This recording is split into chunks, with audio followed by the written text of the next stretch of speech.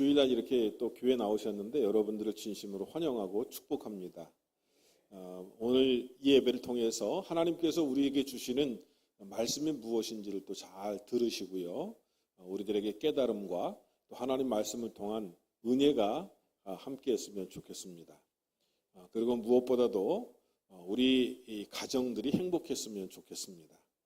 저는 오늘 이제 창세기 마지막 부분을 강의를 하는데요. 창세기 마지막 부분에서 과연 무엇을 말씀하고 있을까? 그것에 대해서 한번 생각해 보고요. 그리고 요셉이라고 하는 인물이 이제 마지막 창세기의 대단원의 막을 내리는데 거기에 주인공으로 등장을 합니다. 그런데 이 요셉을 어떻게 묘사하고 있는지, 그리고 신앙적인 의미는 무엇을 우리들에게 주고 있는지, 그것에 대해서 한번 살펴보면서 함께 은혜를 나누도록 하겠습니다. 창세기 마지막 부분은 여러분들이 다 아시는 것처럼 요셉의 죽음으로 끝납니다. 요셉이 몇 세에 죽었다고 성경은 기록하고 있습니까? 110세에 요셉이 죽었더라, 이렇게 말씀하고 있습니다. 아브라함하고 또 이삭하고 야곱하고 그의 선조대에 비하면은 사실은 요셉은 그렇게 많이 산 것은 아닙니다. 제가 지난번에도 언급을 했지만 요셉은 진하게 고생을 했기 때문에 아마 그 열조보다 그 선조들보다 오래 살지 못한 것 같다, 이렇게 생각이 드는데, 어쨌든 중요한 것은 뭐냐면 그래도 110세를 살았다고 하는 것은 장수했다고 하는 것을 나타내 준다라고 하는 것입니다. 자, 그러면 오늘 짧은 이 성경 말씀 통해서 우리에게 하나님께서 주시는 메시지가 무엇일까 한번 살펴보도록 하겠습니다. 첫 번째는요, 하나님께서 요셉이 애굽에서 17살부터 말하자면 애굽에서 거의 살았죠. 그러니까 110세에 갔으니까 약 몇 년을 산 거예요? 93년을 이 애굽에서 살았습니다. 그런데 애굽에서의 삶이 어땠는지는 우리가 다 알잖아요. 처음에는 종으로 가서 팔려가서 아주 모진 고생을 다 했겠죠. 그리고 모함을 받아갖고 감옥에 들어갔는데 종신형 감옥에 들어갔다가 거기서 나와갖고 31세에 애굽의 총리 대신이 돼서 애굽 전체를 통치하는 통치자가 되었습니다. 자, 그리고 여기 오늘 성경에 다른 어떤 것보다 그의 두 아들을 언급하는 것을 여러분 보시기를 주님의 이름으로 부탁을 드립니다. 자, 아들이 몇이라고요? 요셉의 아들이 몇이라고요? 2명이에요. 누구와 누굽니까? 성경 퀴즈. 에브라임과 므낫세다라고 하는 겁니다. 자, 이 에브라임과 므낫세의 이 상황에 대해서 말씀하고 있는 구절이 23절인데요. 23절의 말씀을 우리가 다 같이 다시 한번 읽어보도록 하겠습니다. 시작.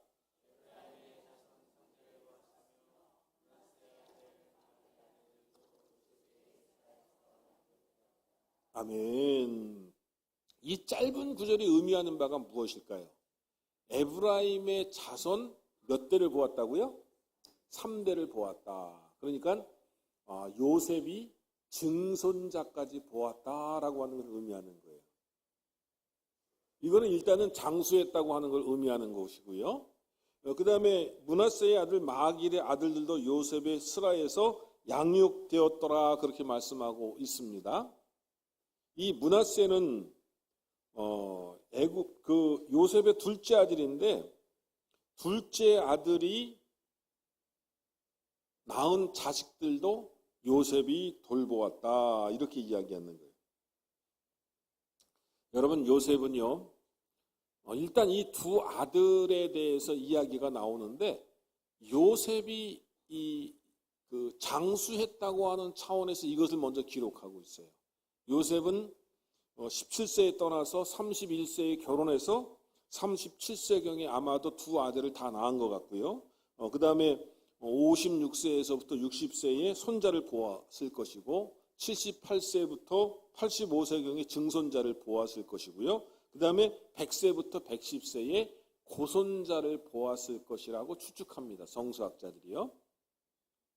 그리고 요셉의 두 아들 에브라임과 므낫세가 나오는데 이 에브라임과 므낫세가 야곱의 축복대로 야곱의 아들들이 되었고요.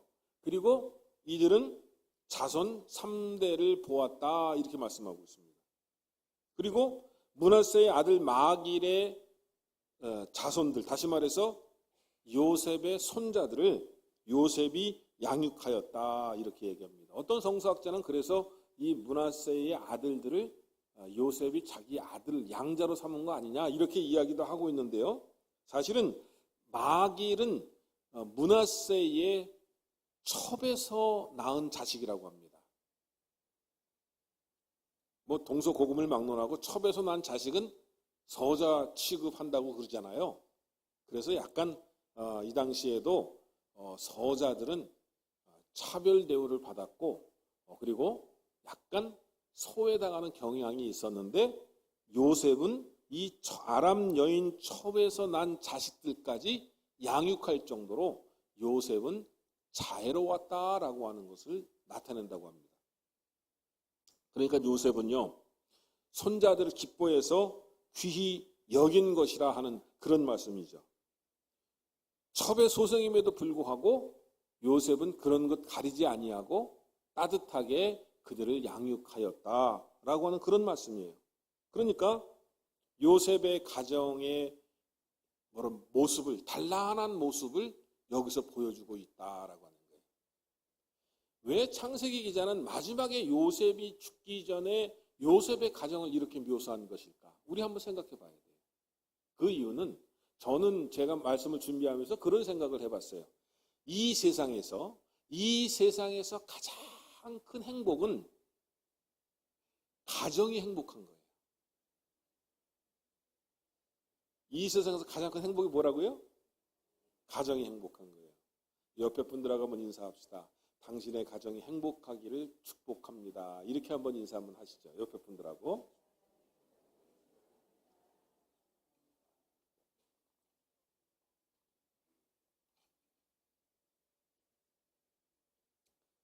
저는 어렸을 때 굉장히 행복한 가정에서 자랐어요. 저희 아버지가 예수를 믿었고 유교의 어떤 뭐랄까요 전통이 가득 찬 이 나라입니다. 저희 고향은 안산인데 안동 김씨 집성촌입니다. 그래서 거기에 뭐 사돈의 삼촌 뭐 이렇게 다 안동 김씨의 거의.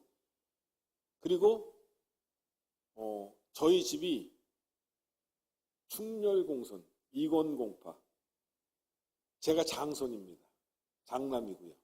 그러니 여러분 생각해 보십시오. 저는 어렸을 때 굉장한 기대를 받고 자랐습니다. 여러분 어떻게 생각하실지 모르지만 저는 저희 할아버지가 특별히 저를 사랑해 주셨어요. 그래갖고 저는 어릴 때부터 사랑을 무척 받고 산 사람입니다.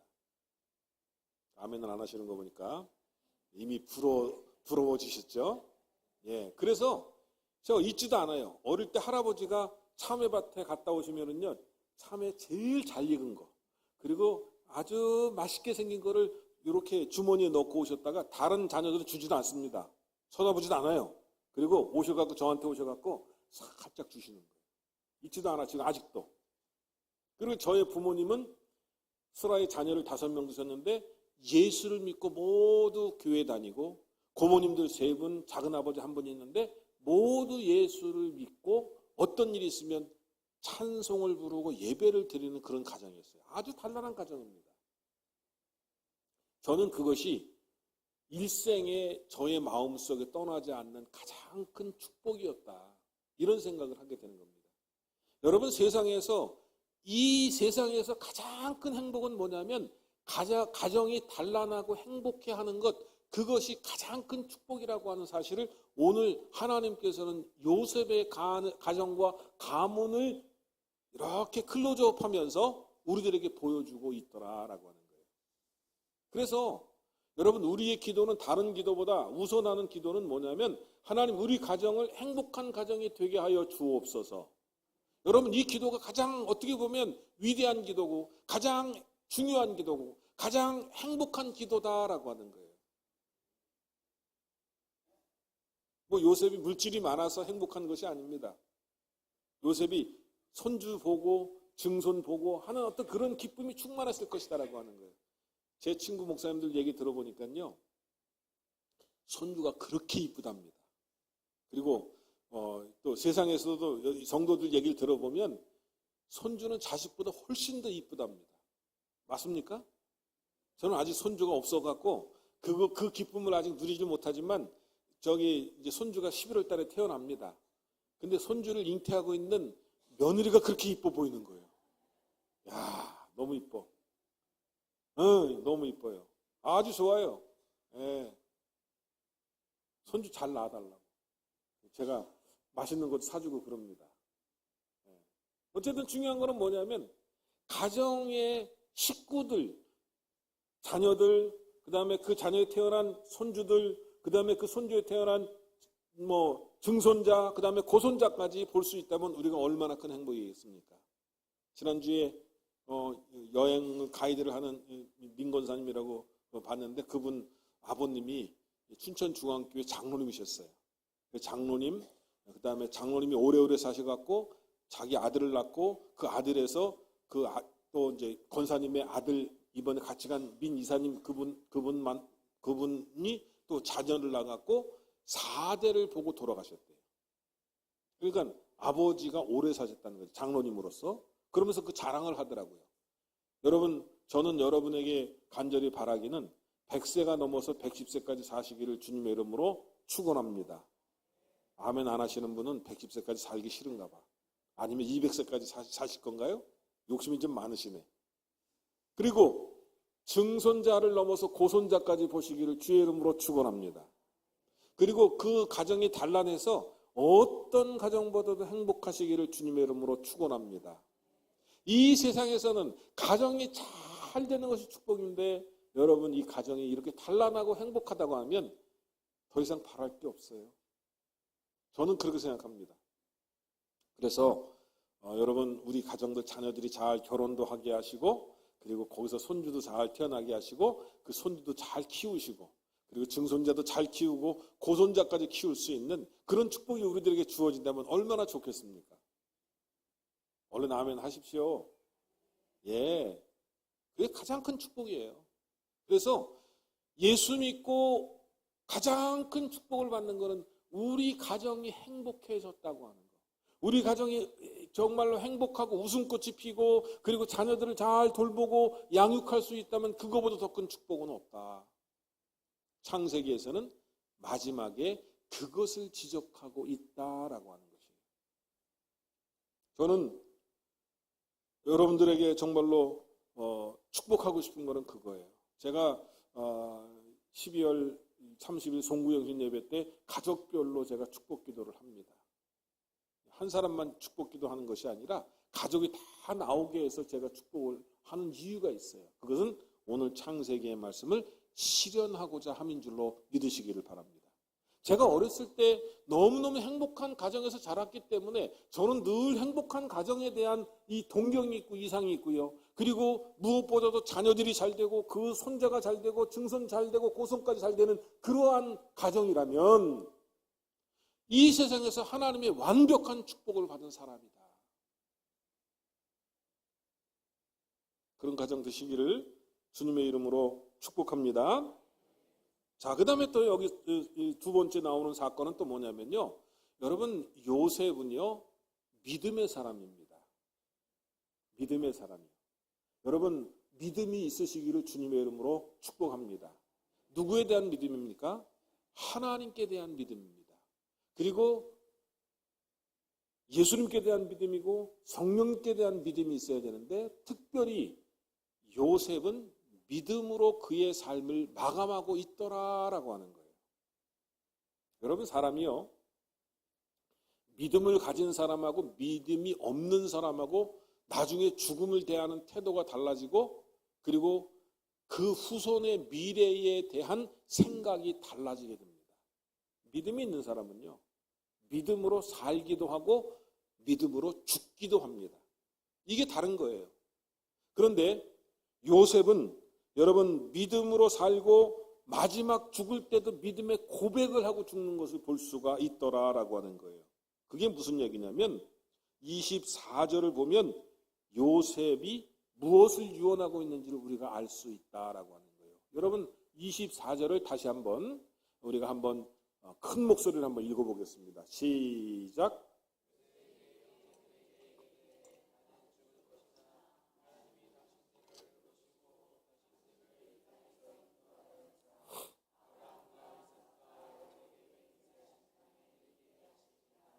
아멘. 요셉이 애굽 땅에서 몇 년 살았다고 그랬어요? 93년. 그리고 이제 고손자까지 보고 마지막 죽는 순간입니다. 그런데 이 요셉이 죽으면서 미래에 대한 말하자면 사건을 이미 내다보고 믿음으로 고백하는 장면이에요. 근데 여기서 뭐라고 얘기합니까? 나는 죽으나라고 이렇게 고백하고 있어요. 이미 요셉은 자기가 죽을 것을 알고 있다는 얘기입니다. 인간은 유한합니다. 인간은 죽음으로 인생을 마칠 존재라고 하는 것을 우리는 깨닫고 살아야 돼요. 그것이 믿음입니다. 그리고 나는 죽지만 하나님께서는 아브라함과 이삭과 야곱에게 언약하신 것을 이루실 것이다 라고 하는 고백을 하고 요셉은 자기의 죽음을 받아들이고 있다라고 하는 거예요. 무슨 말씀입니까? 인간은 유한하고 인간은 죽음으로 끝나지만 하나님은 영원히 사시는 분이시고 그 하나님께로부터 받은 축복이야말로 진정한 축복이고 그리고 하나님은 언약에 신실하신 분이기 때문에 하나님은 그 언약을 반드시 이룰 것이라고 하는 믿음의 고백을 하고 있다라고 하는 거예요. 요셉 정말 어떻게 보면요 믿음이 좋은 분입니다. 믿음이 좋은 분이에요. 여러분 우리가 하나님을 믿는다고 그럴 때요 하나님은 우리의 눈으로 보이지가 않습니다. 사실은요. 그런데 이 하나님을 설명해 주는 게 뭐냐면 이 성경 말씀이에요. 이 성경 말씀이 뭐냐면 하나님이 약속하신 것을 여기에 기록한 거예요. 그런데 하나님께서 약속하신 바를 내가 받아들이는 것, 이것이 믿음이에요. 여러분 하나님께서 이 창세기부터 요한계시록까지 쭉 말씀하셨는데 여기에 하나님이 이렇게 살라 저렇게 살라 이렇게 살지 마라 저렇게 살지 마라 약속하신 계명이 몇 가지냐면 613개 계명이라고 합니다. 그런데 신약에 들어와서는 그걸 딱 두 마디로 요약을 해요. 하나님 사랑하라, 이웃을 사랑하라. 하나님이 약속하셨는데 하나님이 약속하신 거에 대한 응답을 우리가 해야 된다라고 하는 거예요. 여러분 하나님께서는요 이 성경에 무수한 약속들을 하고 있어요. 무수한 약속을 하고 있는데 그 중에서 가장 위대한 약속, 가장 중요한 약속은 어떤 약속이냐면 우리가 예수를 믿으면 부활을 한다고 약속해 주셨고요. 우리가 예수를 믿으면 영원히 산다고 약속해 주셨어요. 우리가 예수를 믿으면 하나님의 아들이 된다고 말씀하셨고 이것은 우리가 하나님처럼 된다는 얘기예요. 그래서 하나님이 영원히 존재하는 것처럼 우리도 영원히 존재한다고 하는 거. 여러분 세상에서 이런 얘기 해줍니까? 안 해줘요. 세상에 어느 누가 하나님의 약속의 말씀을 이야기해 줍니까? 교회가 아니면 이것에 대해서 말할 수가 없는 거예요. 그렇기 때문에 여러분 교회를 다니면서는요 다른 게 중요한 것이 아니라 하나님에 대한 믿음, 이 믿음을 가져야 되는 줄로 여러분 믿으시기를 주의 이름으로 축복합니다. 자, 지금은 비록 애굽에 살지만 하나님께서 아브라함에게, 이삭에게, 야곱에게 언약하신 땅에 당신들이 언젠가는 갈 것입니다 라고 고백하고 있어요. 이게 요셉의 고백입니다. 여러분 요셉의 고백처럼 이스라엘 사람들은 약 360년이 지나서 애굽 벗어나서 가나안 땅으로 들어갔다고 하는 사실이에요. 여러분 지금 요셉이 죽을 때의 그 연대가 어떻게 되냐면 BC 1805년 정도 된다고 그래요.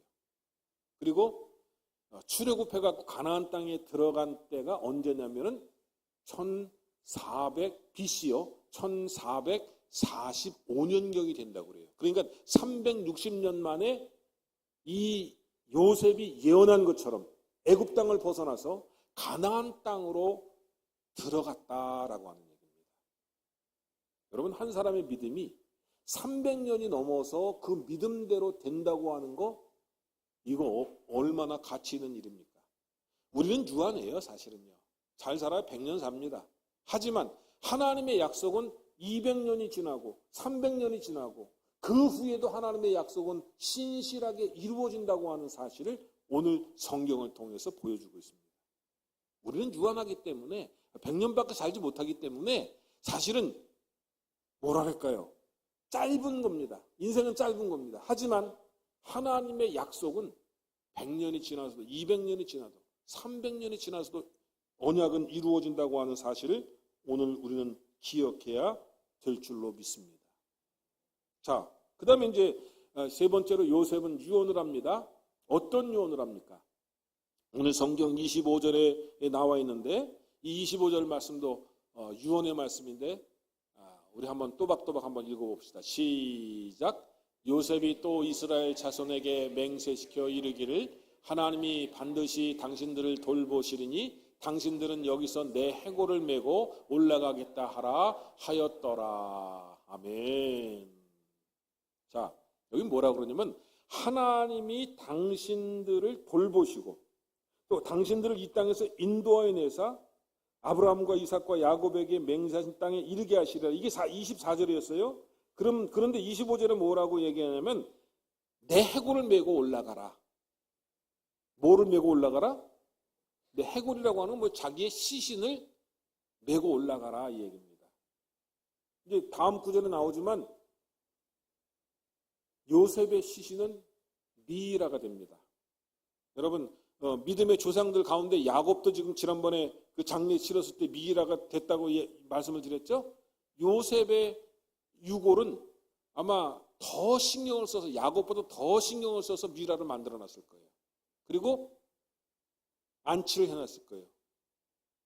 자기의 시신을 메고 가나안 땅으로 올라가서 하나님께서 약속하신 그 땅에 자기를 묻어달라.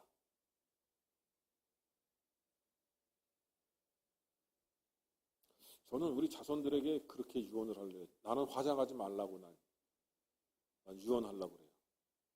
그리고 뭐 어디에 묻힐지는 모르겠어요. 잘 들어라.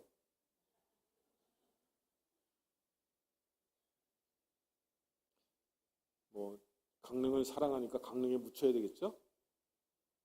뭐 저는 고향은 안산이지만 제가 목회 생활을 오랫동안 한 곳이 바로 강릉이고 저는 강릉을 정말 누구보다도 아끼고 사랑하는 것 같아요. 왜냐하면 강릉을 위해서 그동안 기도를 많이 해왔거든요. 아멘 안 하시는 거 보니까 별로 동의를 안 하시는 것 같은데 강릉에 김영민 목사가 살아서 강릉은 영광입니다. 이렇게 될 날이 있을 거예요. 여러분들도 아멘 하시는 것 같은데 감사합니다. 하나님, 저는 제가 강릉에 삽니다. 강릉을 잘 살게 해주십시오. 이 기도가 저의 기도고요. 하나님, 강릉에서 인물나게 해주시옵소서. 여러분, 또 우리가 이렇게 기도해야 돼요. 하나님, 이 강릉 땅이 믿음의 땅이 되게 도와주시옵소서. 뭐 단오지 잘하는 땅이 아니라 하나님을 잘 믿고 하나님을 잘 섬겨서 이 강릉에서 전 세계적인 유명한 인물이 나오고 여기가 전 세계 사람들이 바라보는 믿음의 땅이 되고 그리고 젖과 꿀이 흐르는 가나안 땅이 되기를 간절히 저는 소망하는 거예요. 여러분 그렇게 기도하셔야 돼요. 우리가 강릉 땅을 위해서 기도할 때.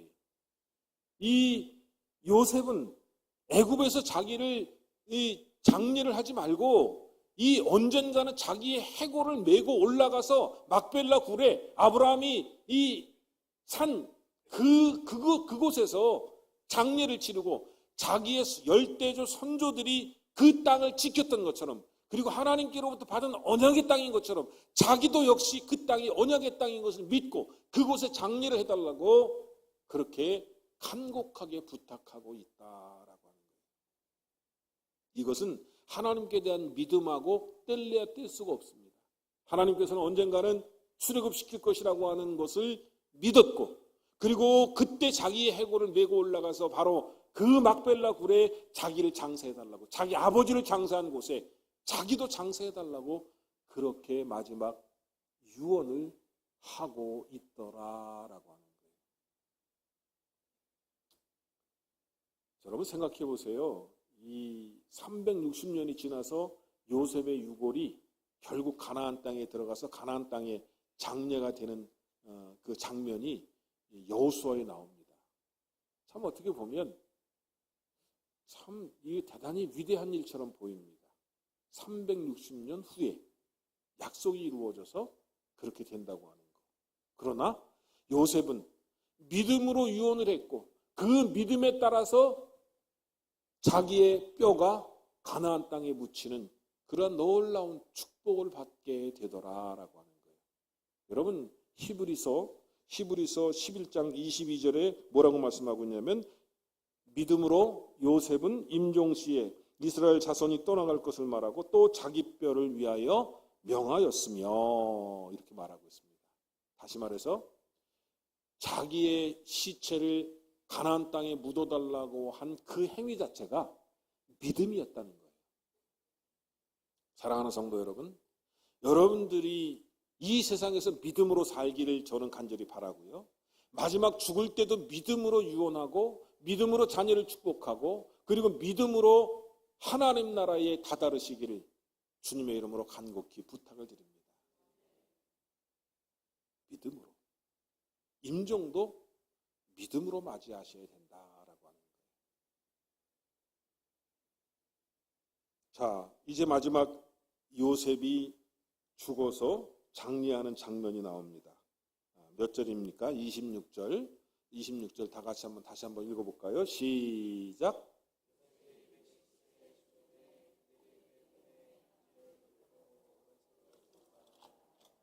아멘.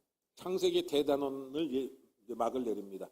창세기에 하나님께서 천지 창조를 하시고 여섯째 날에 인간을 창조하시고 그리고 인간이 타락하고 주르르 조상들 이렇게 내려오다가 마지막에 믿음의 조상 요셉이 죽는 것으로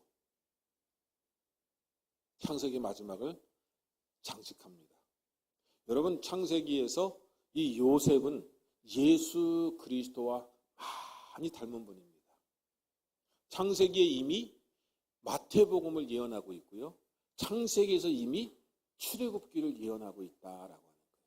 그래서 창세기의 마지막 부분이 출애굽기 1장하고 또 연결이 됩니다. 그리고 창세기의 마지막 부분은 예수 그리스도의 탄생하고 연결이 된다라고 하는 것입니다. 그래서 여러분이 창세기의 마지막 부분은 요셉이 죽었더라, 입관하였더라 라고 하는 말로 끝맺고 있다고 하는 것을 기억하시기 바랍니다. 요셉도 미라가 됐습니다. 그리고 언젠가는 자기 민족이 가나안에 들어갈 것을 믿음으로 고백하고 자기의 시신을 그곳에 묻어달라고 하는 유언을 남기고 요셉은 죽었습니다. 요셉은 어떻게 보면 인생을 굉장히 화려하게 산 분입니다. 그러나 마지막 끝나는 것은 죽고 입관하였더라 라고 그렇게 맺고 있습니다. 여러분 우리의 인생이 마지막에는 입관하였더라 라고 하는 것으로 끝나게 된다고 하는 것을 겸허하게 받아들이고 우리 인생도 믿음으로 또 겸손하게 살 수 있는 우리가 되어야 되겠다고 하는 거, 이것을 창세기를 보면서 우리가 깨닫고 그리고 인식해야 될 것이다 라고 하는 말씀인 것입니다. 저는 이 창세기 강의를 통해서 저 자신이 은혜를 많이 받았고요. 그래서 이제 다음 주부터는 출애굽기 강의를 또 하려고 합니다. 여러분 기대하시고요. 하나님 말씀을 통해서 더 많은 은혜가 저와 여러분에게 함께 하시기를 주님의 이름으로 축복합니다.